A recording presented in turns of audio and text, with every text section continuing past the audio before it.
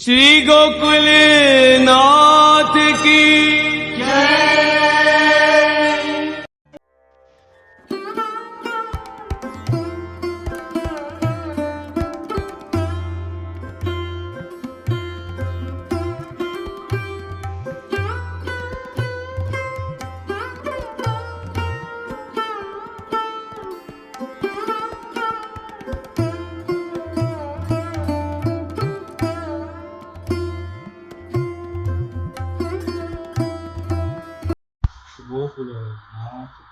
પૂર્વ પક્ષી શંકા કરે કે જીવને અણુપરિમાણ માનવા પર તેના ચૈતન્યની સમસ્ત શરીરમાં ઉપલબ્ધ થવાની વ્યાખ્યા નહીં આપી શકાય. તેની ઉત્પત્તિ એટલે સિદ્ધિના માટે જીવને व्यापक मानવું પડશે. ये पूर्व पक्षी की शंका. फिर उसके समाधान में जीवना अणुपरिमाण होવામાં અને તે સમસ્ત શરીરમાં વ્યાપ્ત હોવા પર કોઈ વિરોધ નથી. એમાં ચંદનનું દ્રષ્ટાંત. ચંદનના સમાન ચંદન એક દેશમાં સ્થિત રહીને સમસ્ત દેહમાં શીતળતાનું સુખ પ્રદાન કરે છે. બ્રહ્મસૂત્ર 2:3 તે ઉપર જે કીધું ને એ પૂર્વ પક્ષ શંકા શું કરે કે જીવ અણુરૂપ છે તો પછી વ્યાપક નહીં, શરીરમાં વ્યાપક નથી, બાધક બનશે.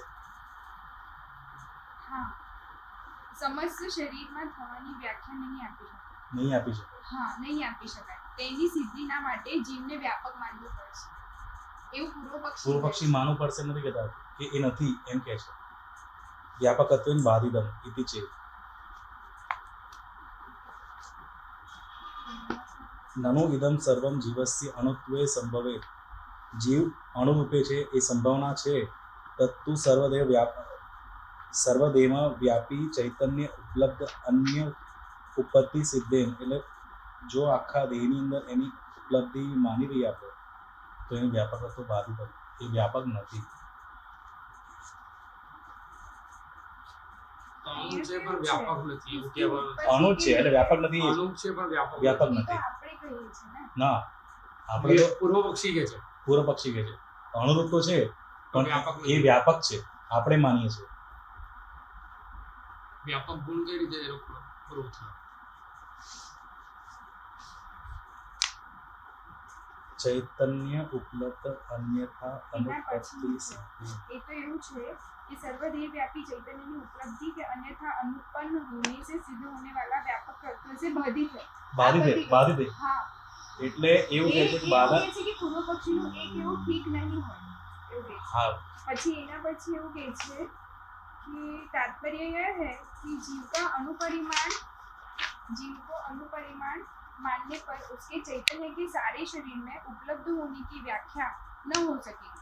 उसकी उत्पत्ति के लिए जीव को व्यापक मानना होगा. और જે વ્યાપક છે અણુઓ છતાં પણ એની ફેલાવો વ્યાપક છે. પૂર્વ પક્ષીની શંકા છે. जीव को अनुपरिमाण मानने का मत का बाध हो. હા, એટલે આ પૂર્વ પક્ષીની આ પક્ષીની શંકા શંકા. કે એની અનુપરિમાણ નહીં. એટલે વ્યાપક છે તો પછી અણુરૂપે નહીં માનવું જોઈએ. હા, એ એમ કહે છે. પહેલા એમ કહે છે અણુરૂપ છે તો વ્યાપક ના હોય અને પછી બીજી વાર એમ કહે છે કે વ્યાપક છે તો અણુરૂપ ના હોવું જોઈએ. तो बनने में ये शैली तो कथन ये कोई भी चीज को पुष्ट करने की वो समाधान करने की शैली तो यही प्रकार से हुआ है. क्योंकि वो कोई भी जब आपको परिभाषा दी जा रही है वो परिभाषा के पूर्वापर हर संबंध से जो आपको लक्षण है वो लक्षण बाधित नहीं होना चाहिए. जैसे कई बार जो है द्विदलात्मक जो है वो परिभाषाएं हैं. भक्ति की अपनी ले लो, महात्म्य ज्ञान पूर्वकत्वे सति सुदृढ़ सर्वतोधिक स्नेहत्वम भक्तित्वम. तो जैसे दो दल हैं वहां में तो दोनों दल में वो लक्षण को समन्वय जाना चाहिए. तो एक में जाएगा एक में नहीं जाएगा. तो अतिव्याप्ति भी नहीं होनी चाहिए और अव्याप्ति भी नहीं होनी चाहिए. लक्षण अव्याप्त भी नहीं होना चाहिए और अतिव्याप्त भी नहीं होना चाहिए. ऐसे या लिए कई दोनों पक्ष से प्रूव करेंगे. अब जैसे यहाँ के बाद को जो छिल्लो पकड़ा है वो पैराग्राफ में वाक्य व्यापकत्व में वहां पे प्रश्न उठाएंगे. क्योंकि कई श्रुतियां ऐसी हैं कि जो वाक्य व्यापकता को सिद्ध बता रहे हैं जीव के. Apparently on the face value लग रहे हैं कि ये श्रुति जो है वो आपको निरूपण जीव को के व्यापकता को निरूपण कर रहे हैं. तो फिर वाक्य प्रूव करके बताएंगे कि नहीं ऐसा नहीं है. दोनों रूप में कह रहे हैं। पढ़ लो, तो फिर ये बराबर है ये शंका का, वही तो पढ़। इसमें से ही पढ़ो।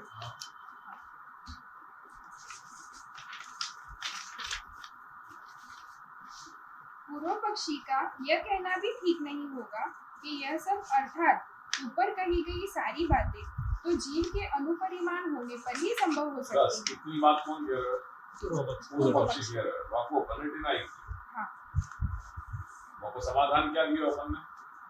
चंदन के ऊपर, पढ़ो, इसमें से ही पढ़ूंगी। पढ़ ले। किंतु जीव का अनुपरिमाण होना सर्वदेह व्यापी चैतन्य की उपलब्धि के अन्यथा अनुपन्न होने से सिद्ध होने वाले व्यापकत्व से बाधित है। अब चैतन्य उपलब्धि एक फॉर अ मोमेंट वो भूल जा, क्योंकि यहाँ पे सिर्फ विशेषण विशेष भाव है। हाँ। सीधो इतना ही घटा दो कि तत्तु व्यापकत्वेन बाधितम्। सरल बना दिए मैंने आपकी जी, क्योंकि वो जो ऊपर जो बात कही गई है वो तो वाकई सिर्फ वो विशेषण विशेष भाव की बात बता रहे हो। विशेष क्या है? व्यापकत्वेन। और वहाँ विशेषण क्या है कि सर्वदेह व्यापी चैतन्य उपलब्धि अन्यथा अनुपत्ति सिद्धेन। तो ये विशेषण वाकु सिद्ध करने वाला है। वो व्यापकत्व तो क्या है कि सर्वदेह व्यापी जो चैतन्य की उपलब्धि है जो हो रही है, वासु ये बात हो जाए हो या करके जो बात कही कि इदम सर्वम जीवस्य अणुत्वे संभवे न संभवे। तात्पर्य यह है कि जीव को अनुपरिमाण सीधा वाकु कर लो, तत्तु व्यापकत्वेन बाधितम्। व्यापकत्वेन बाधितम्। हाँ, जीवस्य व्यापकत्वेन बाधितम्। जीव व्यापक नहीं, इदम सर्वम जीवस्य अणुत्वे संभवे तत्तु व्यापकत्वेन बाधितम्। बाधितम्। बहुत सीधो सरल बना दियो। फिर पढ़ जाए एक बार।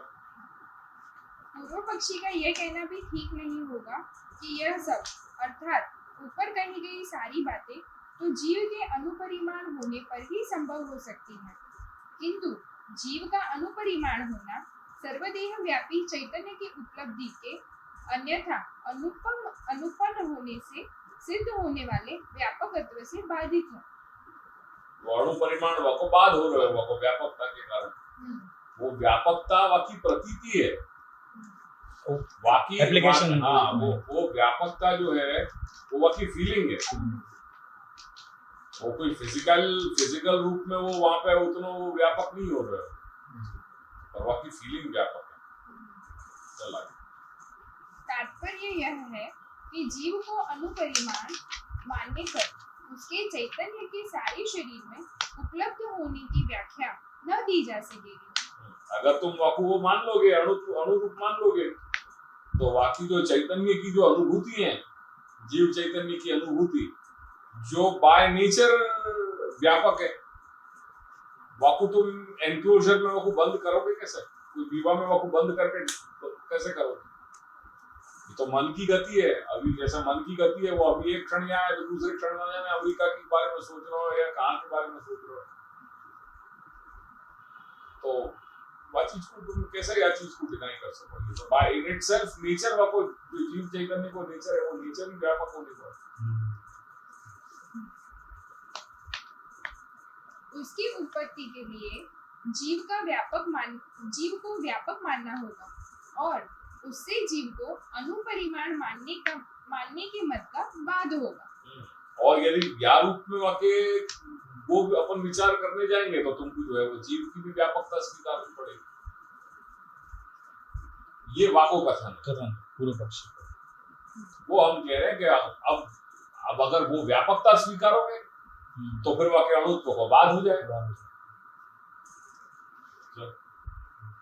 क्योंकि जीव के अनुपरिमाण होने और चैतन्य के सारे शरीर में व्याप्त होने में कोई विरोध नहीं है। वो बात विरोध नहीं है, वो बात चंदन के दृष्टांत से सिद्ध हो रही है कि चंदन को एक टीका भी लगा दे रहे हैं या चक्र पे, तो या चक्र के ऊपर वो एक्टिवेट होने जो चंदन के जो गुणधर्म है, वो गुणधर्म अपन को पूरे शरीर में अपन को असर हो गए, व्याप्त हो गए। फिर बाकी क्योंकि जीव के अनुपरिमाण होने जीव के अणुपरिमाण होने में और चैतन्य के सारे शरीर में व्याप्त व्याप्त होने होने में में कोई विरोध कोई नहीं। विरोध नहीं है। चंदन के समान अर्थात उसी प्रकार अविरोधा चंदनवत, हम्म, जी ये सूत्र अर्थात उसी प्रकार जैसे चंदन के शरीर में एक देश में स्थित रहते हुए भी सारे शरीर को शीतलता का सुख प्रदान करने में विरोध नहीं है। इस तत्व सूत्र में चंदन के दृष्टांत द्वारा जीव के अनुपरिमाण होते हुए भी उसके चैतन्य के सारे शरीर में व्याप्त होने और सारे शरीर में उपलब्ध होने की सिद्धि की गई है। करके अगर जहाँ चैतन्य की अनुभूति नहीं होती तो वो अपनो पार्टी डेड हो जाए। ऑब्वियसली संचार तो वो रक्त को जो रक्तवाहिनी है वो आपको प्रवाह पूरे शरीर में कंटिन्यूअस चलो जा रहे है। जहाँ पे भी वो प्रवाह रुक जाए तो वो पार्ट जो है वो डेड हो जाए। वह प्रकार की स्थिति है। जीव अणु है और तथापि बाकी चैतन्य की जो उपलब्धि है वो तो सर्वदेह व्यापी है। पूर्व पक्षी का यह कहना भी ठीक नहीं होगा कि चंदन के एक देशवर्ती अर्थात शरीर के एक भाग में लगे होने का प्रत्यक्ष द्वारा ज्ञान प्राप्त कर सारे शरीर में उसकी शीतलता की अनुभूति करने वाला व्यक्ति उस अनुभूति के बल से एक देश में स्थित चंदन में भी सारे शरीर को शीतलता प्रदान करने का सामर्थ्य होने का अनुमान कर लेता है, किंतु प्रत्यक्ष द्वारा जीव के शरीर के किसी एक देश या भाग में विद्यमान होने का निश्चय नहीं किया जा सकता। अतः चंदन वो फिर और टेढ़ी बात बताई भाई अनुमान कर ला, अनुमान क्यों जा सके बापू, तुम बहुत कॉन्क्रीट लेवल पे ये नहीं बता सको। चंदन प्रत्यक्ष दिख रहा है और वो जीव जो है वो दिख नहीं रहा है, प्रत्यक्ष मतलब वो कंपैरिजन नहीं कर सकते। फिर एक बार बात पूर्व पक्षी का यह कहना भी ठीक नहीं होगा कि चंदन के एक देशवर्ती अर्थात शरीर के एक भाग में लगे होने का प्रत्यक्ष द्वारा ज्ञान प्राप्त कर सारे शरीर में उसकी शीतलता की अनुभूति को अनुमान लगाया जा सकता है। अनुभूति करने वाला व्यक्ति उस अनुभूति के बल से एक देश में स्थित चंदन में भी साहित्य को सारे वो चंदन में अनुमान लगा सकेगा। सर्वदेह में जो सर्वदेह की जो शीतलता है वो शीतलता कॉन्सेंट्रेटेड रूप में वहाँ चंदन की एक वो टिक्का में वहाँ बिंदी में है, ऐसा अनुमान वो लगा सक रहे हो। चंदन में भी सारे शरीर को शीतलता प्रदान करने की सामर्थ्य होने का अनुमान कर लेता है, किंतु प्रत्यक्ष द्वारा जीव के शरीर के किसी एक देश या भाग में विद्यमान होने का निश्चय नहीं किया जा सकता। कोई कॉन्क्रीट फॉर्म तो है नहीं कि तुमको दिखा सके कि भाई यहाँ ये है। क्यों तो तुमने बिंदी लगाई चंदन की, वो बापू वो अनुमान तो लगा सक रहे हो, प्रत्यक्ष रूप से ये चीज को कहाँ घटाएगा। जीव कहीं दिखाई दे रहा है क्या? इससे जीव नहीं दिखाई दे रहा है। ऐसा बाकी जो जीव चैतन्य है वह चैतन्य की उपलब्धि को अनुमान लगाया जा सके, वो प्रत्यक्ष रूप में तो नहीं बताया जा सकता। अतः चंदन का दृष्टांत विषम होने से अनुपयुक्त है तथा उसके बल पर जीव के चैतन्य के सारे शरीर में व्याप्त होने की सामर्थ्य की सिद्धि नहीं की जा सकती। ये वो कह रहा है पूर्व पक्षी तर्क कर रहे हैं। और इसीलिए पूर्वोक्त सूत्र में दिया गया चंदन के दृष्टांत पर आद्रुत समाधान ठीक नहीं है, क्योंकि प्रमाण मूर्धन्य वेद के आत्मा कौन सा है यह जो क्योंकि प्रमाण मूर्धन्य वेद के आत्मा कौन सा है यह जो प्राणों में विज्ञानमय हृदय में स्थित ज्योति स्वरूप पुरुष है, वह यह आत्मा हृदय में स्थित है यह आत्मा हृदय में स्थित है इत्यादि वाक्यों से आत्मा अर्थात जीव के एक देश में स्थिति स्थिर होने का निश्चय होता है। हाँ, जैसे आप वो माने कॉन्क्रीट फॉर्म को प्रमाण दिया कि भाई ये हृदय में स्थित है जीव। या सूत्रकार ने इसे यह कहना ठीक नहीं होगा कि अवस्थित अवस्थिति विशेष के कारण- वैशेष्या अवस्थिति विशेष के वैशिष्य, कारण हाँ वैशिष्य अनुवाद से। चंदन की शीतलता के सारे शरीर में व्याप्त होने की बात भले ही मान ली जाए, जीव के चैतन्य के सारे शरीर में व्याप्त होने की बात नहीं मानी जा सकती, क्योंकि श्रुति में जीव के हृदय में स्थित होने की बात स्वीकार की गई है। इस सूत्र से कहा है, चलो यथा वृक्षस्य और जिस प्रकार पुष्पित वृक्ष की गंध दूर तक जाती है, उसी प्रकार पुण्य या शुभ कर्म की सुगंध भी दूर तक फैल जाती है। इस श्रुति वाक्य से गंध के अवयव की अपेक्षा अधिक देश में समवर्ती अर्थात विद्यमान होने या फैल करके हाँ करके जैसे अपन अगरबत्ती जलाना तो अगरबत्ती के जो मॉलिक्यूल्स हैं वो अगरबत्ती की सुगंध है वास्तविक में, और वहाँ को इग्नाइट करने के तुरंत बाद वहाँ को जो बाकी जो सुवास है वो तुरंत अधिक देश में व्याप्त हो जाए। बात वो रही वही है वही स्टिक में, तथापि वो न्यून देशवर्ती है, अधिक देशवर्ती। हाँ। फैल जाने से सिद्धांत की पुष्टि होती है।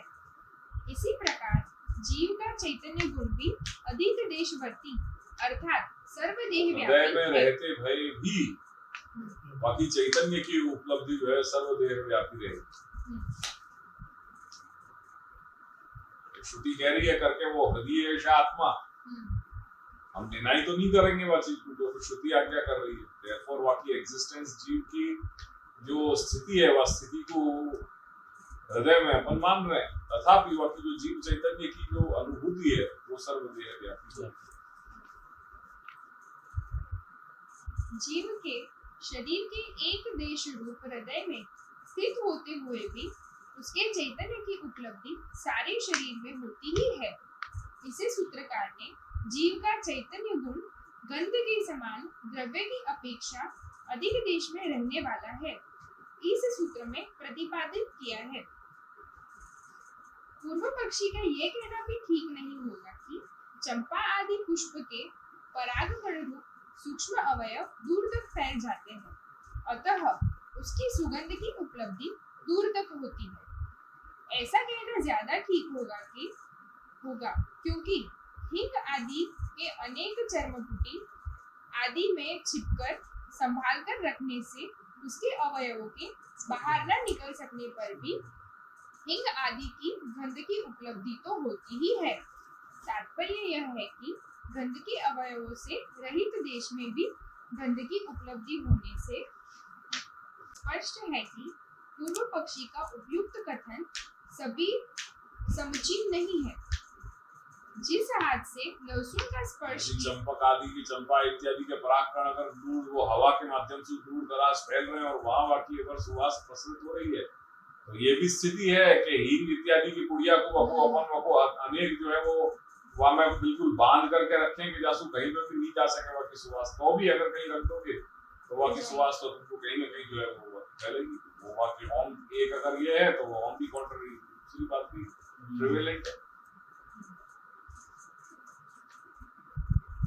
उससे जिस हाथ से लहसुन का स्पर्श किया गया है उसे कई बार धोने पर भी लहसुन के सूक्ष्म अवयवों के धुल जाने और हाथ में विद्यमान न रह जाने पर भी लहसुन की गंध हाथ से नहीं जाती है, अर्थात हाथ में लहसुन के सूक्ष्म अवयवों की स्थिति न होते हुए भी गंध की उपलब्धि होने के कारण भी पूर्व पक्षी का उपयुक्त कथन स्वीकार्य नहीं हो सकता।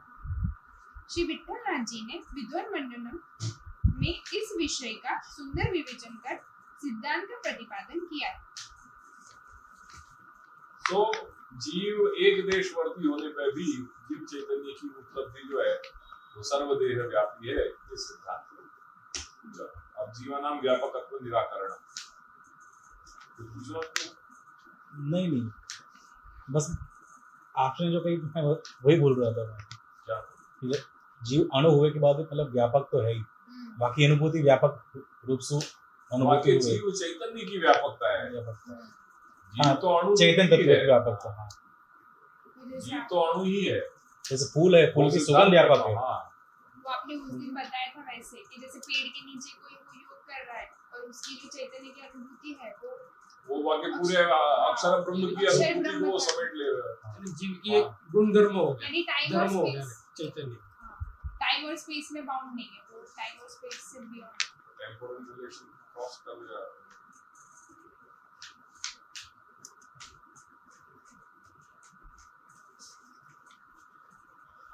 जीवानां व्यापकत्व निराकरणं न च कहीं श्रुति ऐसा भी निरूपण कर रही है कि जहाँ apparently on the face value लग रहा है कि जीव व्यापक है, अणु नहीं, तो क्या वो बात सही है? वापस निराकरण नहीं कर रहे। वो श्रुति अब कह रहे हैं कि सवा एष महान ज आत्मा, बस व्यापकता बता रही। गुरुदारण 485 पूरे डिब्बा में असर से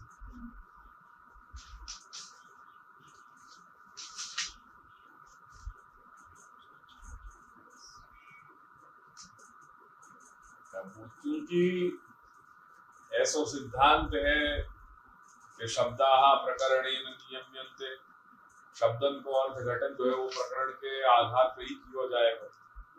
तो हम बापू ये समझा रहे हैं कि बेटा तेने जो सवा एष महान आत्मा, ये जो तेने जो संदर्भ दियो, वो संदर्भ में जो आत्मा शब्द है वो यद्यपि दोनों जगह जीवात्मा में भी लागू हुए और परमात्मा में भी जा रहे हैं करके सवा एष महान आत्मा, ये प्रकरण जो है वो ब्रह्म को इसलिए यहाँ पे ये आत्मा जो है वो जीवात्मा पर अर्थ नहीं है, परमात्मा पर अर्थ यहाँ करना चाहिए करके, या कि जो व्यापकता तू कहना चाह रहे हो कि जीव को जो है श्रुतियां व्यापक बता रही है, व्यापकता परमात्मा की है, जीव की नहीं है। तो इति श्रुतेः व्यापकत्वम् इति न वाच्यम् सवा एष महान आत्मा। वह यह महान अजन्मा आत्मा जो कि यह प्राणों में विज्ञानमय है, जो यह हृदय में आकाश है, उसमें शयन करता है, वह सबको वश में रखने वाला, सबका शासन करने वाला और सबका अधिपति है। वह शुभ कर्म से बढ़ता नहीं और अशुभ कर्म से छोटा नहीं होता। यह सर्वेश्वर है, यह भूतों का अधिपति और भूतों का पालन करने वाला है। इन लोगों की मर्यादा भंग न हो, इस प्रयोजन से वह इनको धारण करने वाला सेतु है। बस या क्या कहेंगे या प्रकार के जो परमात्मा के गुण धर्म हैं, ऐसे उनकी जो यहाँ चर्चा करी जा रही है, तो तुम यदि ये वहां संदर्भ में बैठा रहे हो कि ये जीव के कॉन्टेक्स्ट में ये बात कही है श्रुति ने, तो कह रहे हैं कि इति न वाच्यम न अणु अतच्छ्रुतेः इति चेत् न इतराधिकारात् इति तत्व सूत्रेण ब्रह्म अधिकृत्य इयं श्रुतिः प्रवृत्ता इति प्रदर्श्य अणुत्यस्यैव साधितत्वात्। जो श्रुति है या श्रुति की प्रवृत्ति ब्रह्म को ध्यान में रख करके करी गई है, न कि जीवात्मा ध्यान में रख